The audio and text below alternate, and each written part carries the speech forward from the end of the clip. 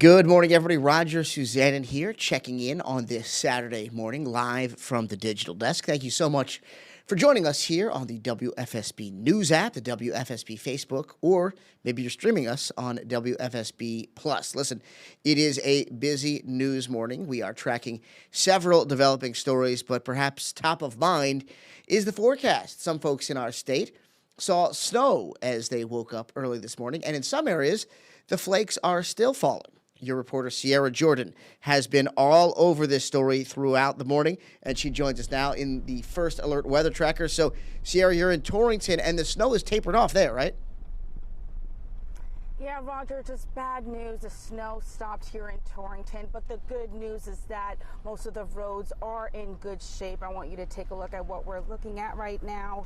You can see that they're mostly clear, but now there's just some slush out there. Crews have done a great job getting these roads clear. The side streets, though, still need a little bit of work because there's still a bit of snow left on the pavement. Now, we've seen several plows out here throughout the morning, and they are still at work making sure that the roads are safe and sound. So you can see how many people are out right now.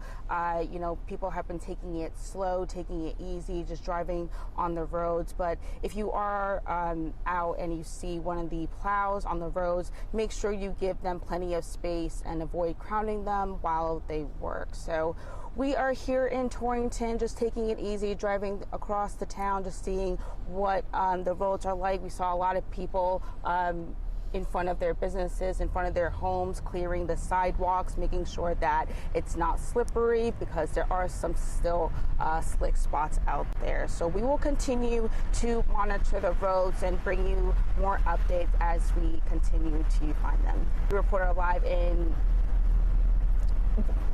Torrington, Sierra Jordan, Channel 3 Eyewitness News. Back to you.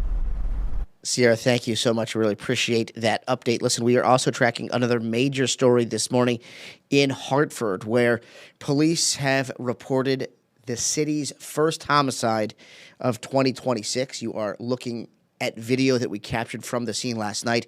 Investigators tell us a 26-year-old man was shot and killed on Francis Avenue last night. The victim has been identified as 26-year-old Teixeira Dorival. He was rushed to a local hospital where sadly he later died. Now, at this hour, investigators have not announced any arrests, but they are searching for the killer, and police do again tell us they believe this is Hartford's first murder of 2026.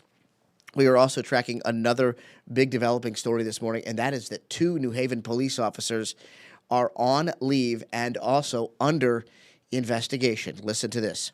The police department released a statement yesterday telling us that Officer Evan Kelly and Sergeant Javier Montalvo have both been placed on leave. Officer Kelly is accused, or at least being investigated, for the possible use of excessive force during an arrest in October of last year, and Montalvo is accused of potentially using inappropriate contact while on duty on New Year's Day. Those are obviously separate incidents. So again, 2 New Haven police officers are under investigation right now and on leave as those investigations play out. Of course, as soon as we learn more information, we'll share it with you right away. We also want to tell you about a big story in Chaplin that's going on right now. Take a look at the end on your screen. This is Adam Jaquith, and he has been charged with sexually assaulting an 11-year-old girl. Jaquith, who is 20 years old, apparently committed those crimes, according to police, over a 2-year period. Multiple allegations were made, multiple instances of this alleged abuse, according to police. And they tell us that Jaquith came in contact with this 11-year-old girl at his home because his sister is friends with this alleged victim. So again, Adam Jaquith has been arrested and accused of sexually assaulting an 11-year-old girl in Chaplin.